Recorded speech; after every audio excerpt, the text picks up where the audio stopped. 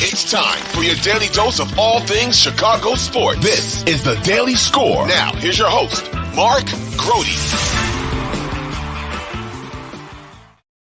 Hi there. What's going on? Welcome into the Daily Score. I am Mark Grote. Thank you so much for joining us here on the podcast, and for all of our loyal listeners and viewers here on the Daily Score. Ray Diaz is here. He's our executive producer. And here's what's going down on the show today. Yes, we are talking Bears once again. And we got to meet some of the new guys that are on the Bears roster, including one of the Bears' new interior offensive lineman, Dan Feeney, whom the Bears acquired from the Dolphins for a sixth-round trade, or sixth-round draft pick. Trent Taylor, the Bears' new punt returner. We're going to hear from him, including an amusing story about his first time playing at Soldier Field. And then Khalid Kareem, who is a defensive end that the Bears ended up picking up from the Colts, who waived him. They saw him recently. So we're going to get to all of those guys here in just a second. A couple of news items right off the bat, though, I figured that you guys would be interested in knowing. Jaquan Brisker continues to be the only player of consequence, the only starting player that has been missing practice throughout this week. And Matt Eberflus did tell us that next week, Wednesday, a week from today, when we're recording this podcast, is going to be the big day for Brisker, because that will be the next time the Bears are in pads. So that's when Brisker will be tested. That's when the injury report comes out, the first one of the week. So that will be a big day for the Bears and for Brisker as well. Teven Jenkins officially placed on injured reserve, so he will have to miss a minimum of 4 games is the way that works. And also, it's kind of a big deal this time of year when teams start to name their captains, and the Bears did the same thing today, and their captains are DJ Moore was named a captain. Also, let me think, who else was? Eddie Jackson was named a captain. Tremaine Edmonds. So those are the captains for the team this year. No real surprises in that. Did I say Justin Fields? Justin Fields also is a captain. Let's get on to the new dudes. And we're going to start with Trent Taylor, because I'm so happy that Trent Taylor is here, that the Bears are not forcing Velus Jones to be the punt returner, something that he is just not adept at the moment. So Trent Taylor is here, and he was asked, why are you good at being a punt returner? I don't know. I've had good ball skills my whole life. I kind of attribute it to playing center field in baseball my whole life, learning how to track down fly balls, and I guess that kind of helped me be a good punt returner. So I don't know. I've just been naturally good at tracking the ball, and I'm confident back there. I'm ready to take a hit if I need to. So, it's all about confidence and poise and just trusting in yourself and getting it done. Yeah. Is it nice to come into this situation now and just know that you are the punt returner, that there's no gray area? Yeah, it's a weird feeling because, I don't know anybody in the building. I don't know the offense, but, I have a spot on the team, which is just, a weird feeling right now. But so I'm looking forward to getting to know everybody, getting close with the team and learning the playbook. And, we'll be ready to go week 1.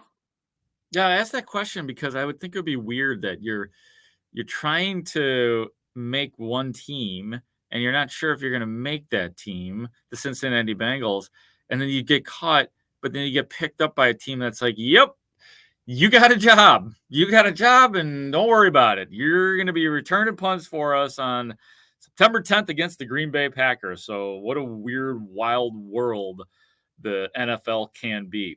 Trent Taylor, there's another thing for him. Last time he played at Soldier Field was 2017. He was a rookie that year. He actually had a big game as a receiver, which has not been his forte. He is a receiver by trade. 9 catches, 72 yards, but there is more. Yeah, that was a memorable one for a lot of different reasons, but I had food poisoning the night before the game. So I was throwing, never went to sleep. So called it the Chicago flu game is kind of what we joke about. But it was a fun one. It was a very memorable one for me.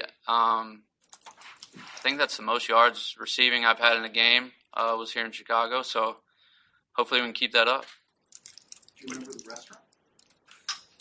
I think it was in the hotel. I think it was like some pizza that I ate. So, yeah, I might be staying away from pizza around here. We'll see. But, yeah, pizza's supposed to be good around here, so I might give it a second chance. Yeah. Trent Taylor is Michael Jordan. I mean, let's face it, both played in flu games and both thrive. So there is no difference between those two guys. But so that's a little taste of Trent Taylor. Let's move on to Khalid Kareem, the defensive end that they picked up from the Colts, cut by the Colts. The Bears scooped him up. They just played a preseason game recently. Actually, Kareem had a sack of Nathan Peterman on the final play of the game, if you are a preseason junkie, and the Bears had the dual practices with them. So the Bears got a long look at Kareem, and obviously that they like what they saw. But the initial question to Kareem is, are you surprised the Colts cut you? I was surprised a little bit, but I've been around the league. This is my 4th year, so I've seen crazier things happen. So, just take it on the chin. That's how the business goes, and just like I said, just take everything day by day. Honestly, Is it strange to kind of like look back to the joint practices and realize they were scouting you, evaluating you during that time for this? Not really. I mean, that's just something back in Indy, what we talked about. Every day is an opportunity, and when they came in, it's like, hey, there's 2 teams looking at you now, not just us, but Chicago as well. So take every rep, everything that we do very serious. So just try to put my best, film out there, and I guess, they were watching. Did you have any idea they were watching? Did you ever? No, not idea. No, I just, like I said, just went out there to do my best every single day and, play the cards however they may lay. What was your impression of the Bears repping against them in those joint practices? Really solid team. Brought a lot of competitive energy. Guys were flying around. So that was like my first time having a joint practice because the year before in Cincy, I was on IR during that time, so I didn't get a chance to go against the Rams. So this is my first time at a joint practice. So it was exciting to really get a chance to go out there and have an opportunity to go against someone else. There's been some talk that the Bears maybe practice harder than other teams. Did you get that sense? Do you get that sense now that you're here? It was a tough practice. Yeah, I can't knock them there. So it was tough. Yeah. Yeah, he had a smile on his face when he was saying that. And essentially, Khalid Kareem takes the roster spot that was vacated by Terrell Lewis when they cut him, which was a surprise just because of the sack productivity that he had. But it's clear that they like Kareem's ability to be a more complete guy, a guy who can stop the run, at least in their opinion, in this system, better than that of Terrell Lewis. One other thing on Kareem, big scuba diver. He was asked what he was going to do this weekend. It's a holiday weekend. He's like, well, I was going to go scuba diving, but, I got this new defense to learn. And so it sounds like he was going to go get his stuff and move into a hotel in Lake Forest or wherever the Bears are putting him up. So that's Khalid Kareem. Last and certainly not least is Dan Feeney, who is a, very big factor on this team, might even be a starter in week 1 because I've seen him, working out at center. I've seen him working out at guard, and those are things that he does. But as you will find out in this cut from Dan Feeney, he is very Chicago. He is from Orland Park. And ladies and gentlemen, this is Dan Feeney. It's really cool, obviously, to come back home and got a text and call from parents really fast, so it was good. What did Schofield tell you about the Bears? Said he loved it here. Said he loved Justin and said the playbooks a lot because Justin can do a lot, so he said be ready for that, but no, he said he liked it a lot. There are like 6 of you now on this roster that are from here. Yeah. What's that like? Did you know what Cole said he met you at a golf tournament? Yeah, go. Did you know any of the other guys? I've met a couple guys through training and off seasons and stuff like that. Like this year, I met Nate Davis in Nashville and Bobby Tanyan in Nashville as well. So over the years, you kind of just have connections with people from random stuff. So it's kind of cool when you see those people and those memories come back. What's it like to play for your hometown team? It's pretty cool. Yeah, it's really cool. I got a bunch of texts from my friends and stuff like that. So having all that, all those texts kind of flood in was really cool. What are your early memories of watching this team as a kid? As a kid, my grandma would always put on the Super Bowl Shuffle on VHS and make me watch it when she was babysitting me. So that was pretty cool. Yeah. So those are some of the first memories right there. Anybody ever said that you kind of look like a super fan? I've gotten that a couple times. Me and my buddies will pass the Instagram videos around the super fans, and obviously being from here, I love it. You know, Chris Farley is one of the best comics to ever do it in my eyes, so he's just hilarious in that whole skit. Dan, what inspired like the whole look that you have here? Because you weren't always rocking the mullet and the mustache. So how did that all come about? Yeah, it was actually during COVID that happened.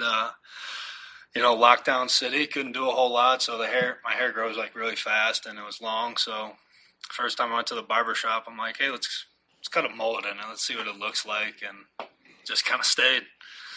Has anybody named you best hair on the team yet? Not yet, but hopefully soon. I want in on the Instagram action. I'm going to find, by the end of this season, I am going to find my way into his friends group.